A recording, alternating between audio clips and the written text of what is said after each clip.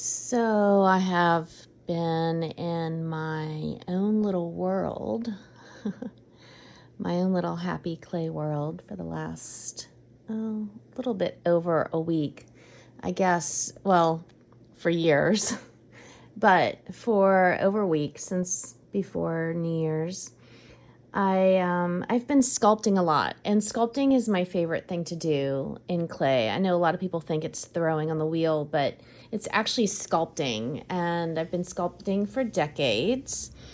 And I haven't been able to spend a lot of time on sculpting for years, not at least not as much as I've wanted to, and I'm trying to get back to it. Sculpting takes a lot more time, and there's a lot more attention to detail, and I'm just kind of easing my way back into it. But I have a little bit of a different style or feel than I used to have. I kind of got out of a lot of detail sculpting when I was an invited artist to Disney. I just didn't have enough time to do a lot of sculpting. And so now I'm trying to get back into it. But I have a little bit more of a loose flow to my sculpting. And I just was playing around this week. I did some bigger pieces last week before it's not Thanksgiving, it was New Year's. Before New Year's, and those are actually drying. They're not here in front of me. But then this week I kind of had some fun with some owls, and I was doing some desk pieces, and I thought, oh, well, I want to make some pieces where I can put my lip balm, and I can make a little bud vase, and I can do maybe some crystals or some paper clips or a pen holder or things like that. And so I love owls. And so I was making these fun little owls, and they all have little hats, and these are two-tone clay. And I was just kind of having some fun with them. This holds a little lip balm. I use kind of an oval shaped lip balm. And so that holds one. And then this little guy, I guess it's a little gal. Isn't she sweet? And so as I was playing around one evening, I thought, oh, well, they're cute. So I'll go ahead and make some more for the shop. So I made a few more. So I did make some. And so here's some more. And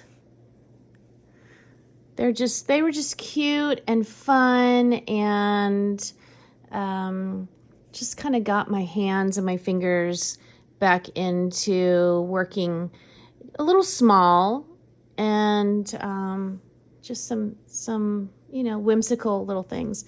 And then I started in with some white clay. These little owls were two-tone. These are going to be pretty dark brown clay. I'm not quite sure how I'm going to glaze them yet, but I really like the contrast between the dark brown clay and the white clay.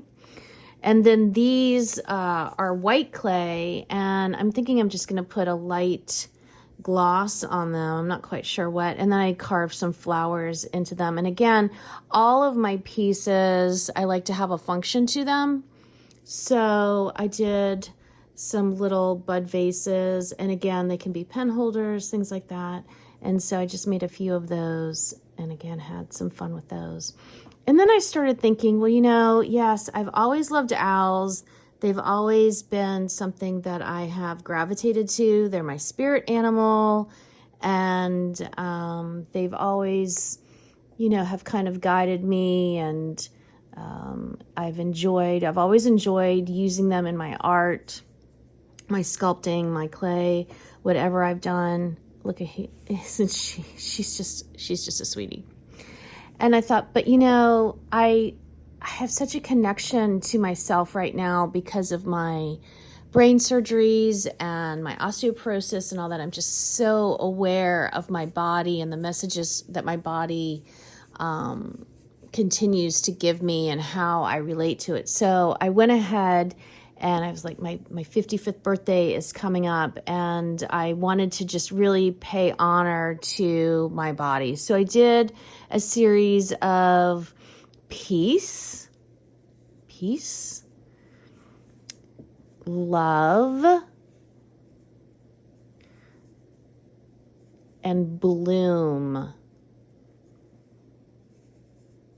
And these again are bud vases, and I did multiples so I could put some in the shop. And these are my first body pieces that I have put in the shop. I've done them before for me, and I've done them in a variety of styles, mermaid ones especially.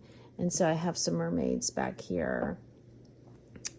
Here's a mermaid, here's a small mermaid, and then I did some larger ones. And again, these I'm thinking are going to be candle holders. Here's the bigger one.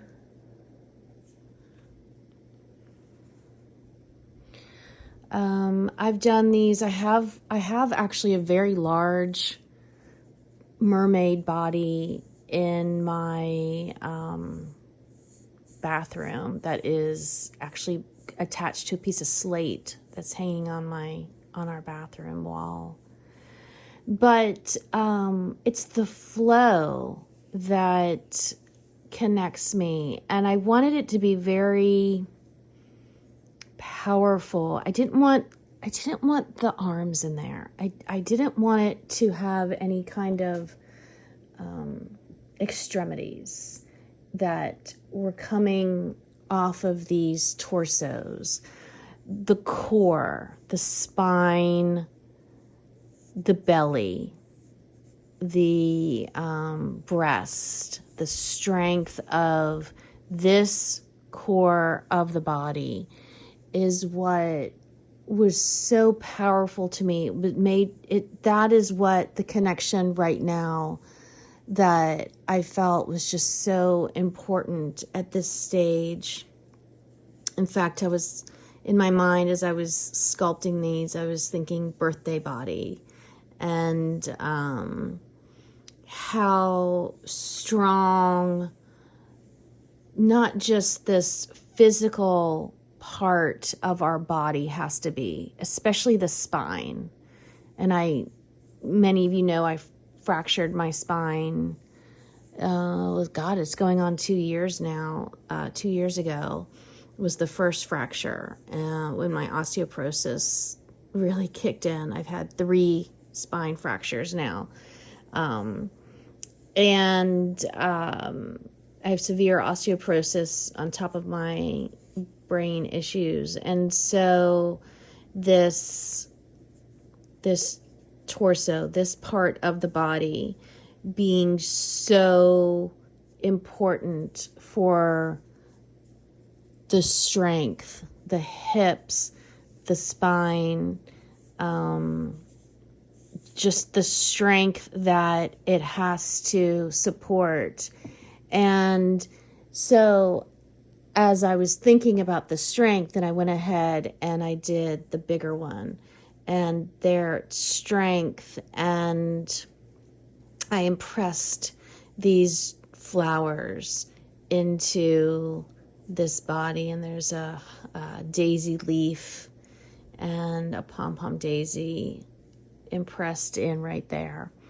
And then the words love, meaning self-love, strength, and calm. And calm is one of the words that is so important in what I feel right now. Actually, I'm just so grateful. And I started out actually making one that was specifically for me. And mine is grateful, love again, blooming, and quiet, and flow. And these words are words that I live by.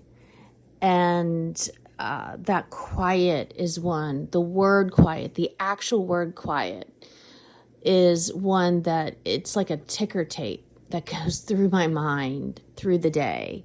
Walking into my bedroom, and as soon as my toes touch the carpet that's in my bedroom, I think of quiet. It's the only place in our house that has carpet, and I just think of quiet.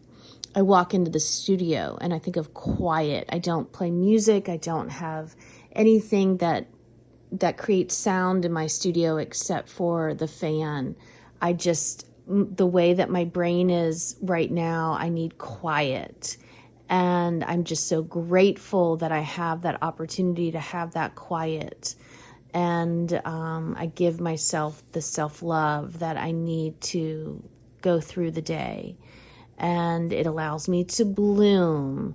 And I just go with that flow of what my physical abilities are at this time. And I live within and yet push the envelope a little bit, but I don't dwell on what people would think are limitations. So this is my personal one, but I do believe that this one of strength and love and calm is also, it's not just personal, but it's universal. And so then one evening I was here and I was just not ready to go to bed. And so I had been thinking for months, and all of these pieces were actually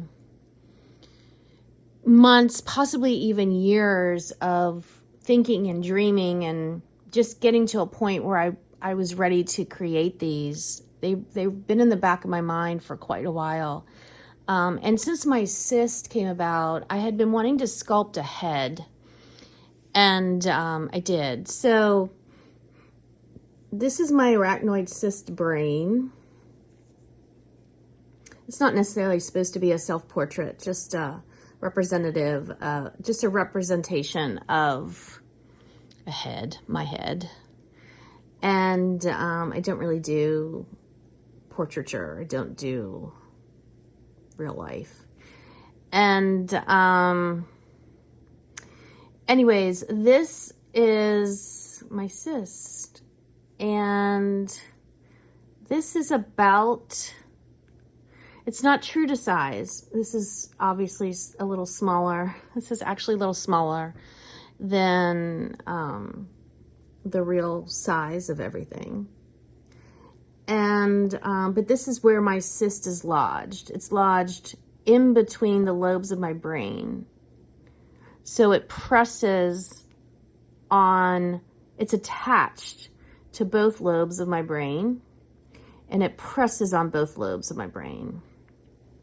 So when they fenestrate it, it's like popping a balloon. They put lots and lots, hundreds of little holes in the cyst, but they can't ever get the whole thing because where it's attached to both lobes, to either lobe, it's like little tentacles are attached in each lobe. And where those tentacles are attached, they can't remove all of it. So it's still attached. And so they can only go in and do so much. And that's why it can grow back. And so it has always put pressure on both lobes. And so now, right now, I have occipital neuralgia, which is a nerve that goes from the left ear, actually behind the ear, all the way down through the neck and further down. And it's swollen from back here all the way up to, on a diagonal, to the top of my head right there. And so all of this area here is getting pressure.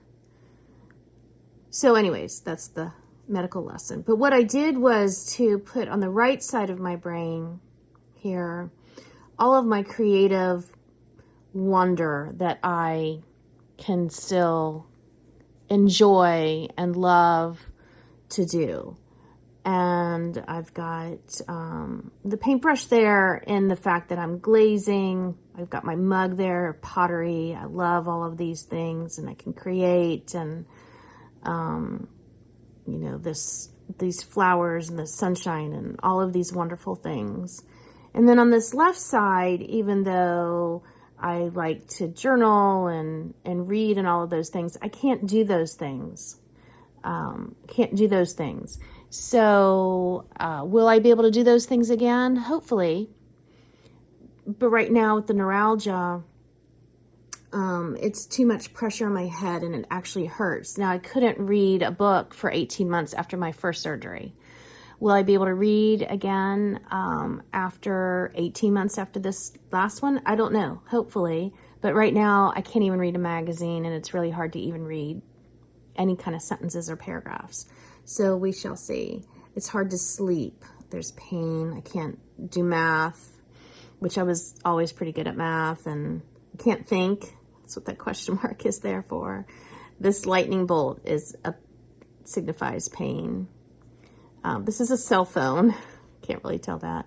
But that is because even using my phone and all that causes issue. And then this is music. Even though I love to listen to music, I can't. It hurts. The sound, any kind of sound really hurts. So thinking is on this left side and it hurts. But creating on the right is on the right side, and it is fabulous. I just like have an insatiable thirst. So,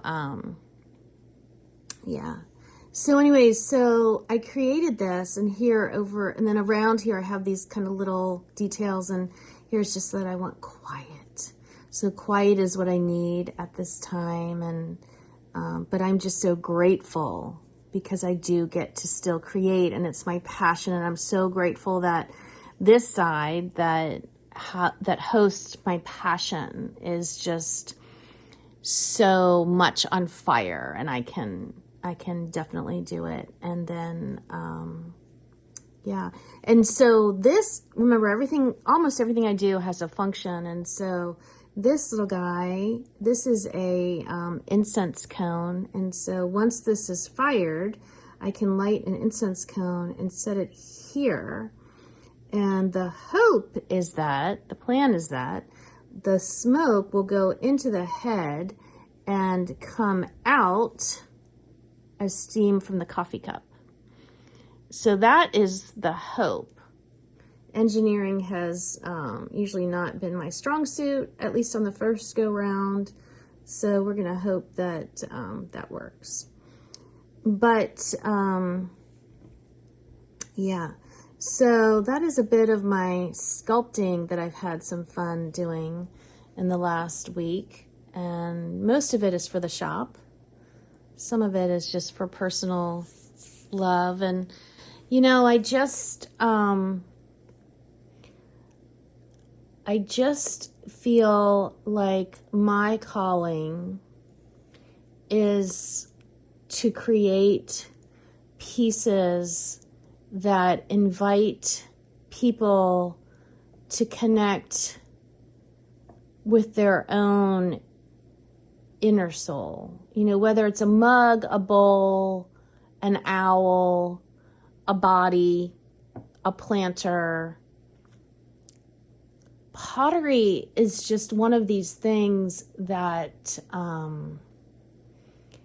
it is like it's so hard for me to explain because it's such a strong feeling inside of me. And it's something that I have felt for decades, actual decades. I first touched clay when I was 4 years old at the Carnegie Museum of Pittsburgh, and I have been in love with it ever since. And I turned 55 next month. And it is just something that it just makes, it's like a hot wire from the peace to my soul, to my heart, and to other people's hearts. And it's almost like it's another level of communication that radiates out from a person It radiates from the artist to the eventual collector or the eventual keeper. And it's like this electric line that has a continual radiant force that communicates. I don't even know how to explain it, but it just communicates this effervescence that shines from the deepest part of a person. And it not only lets others know what's inside of you, but it lets you see what's inside of you. That's the most important part. When I pick up a piece of pottery, even when I walk into somebody else's collection, if I see somebody else's pottery in a gallery, if I see it in a studio, that's what I collect when I go away. When I go to some other place, I collect other people's pottery. And I see somebody else's piece and I'm like, I have to have this. This is all me.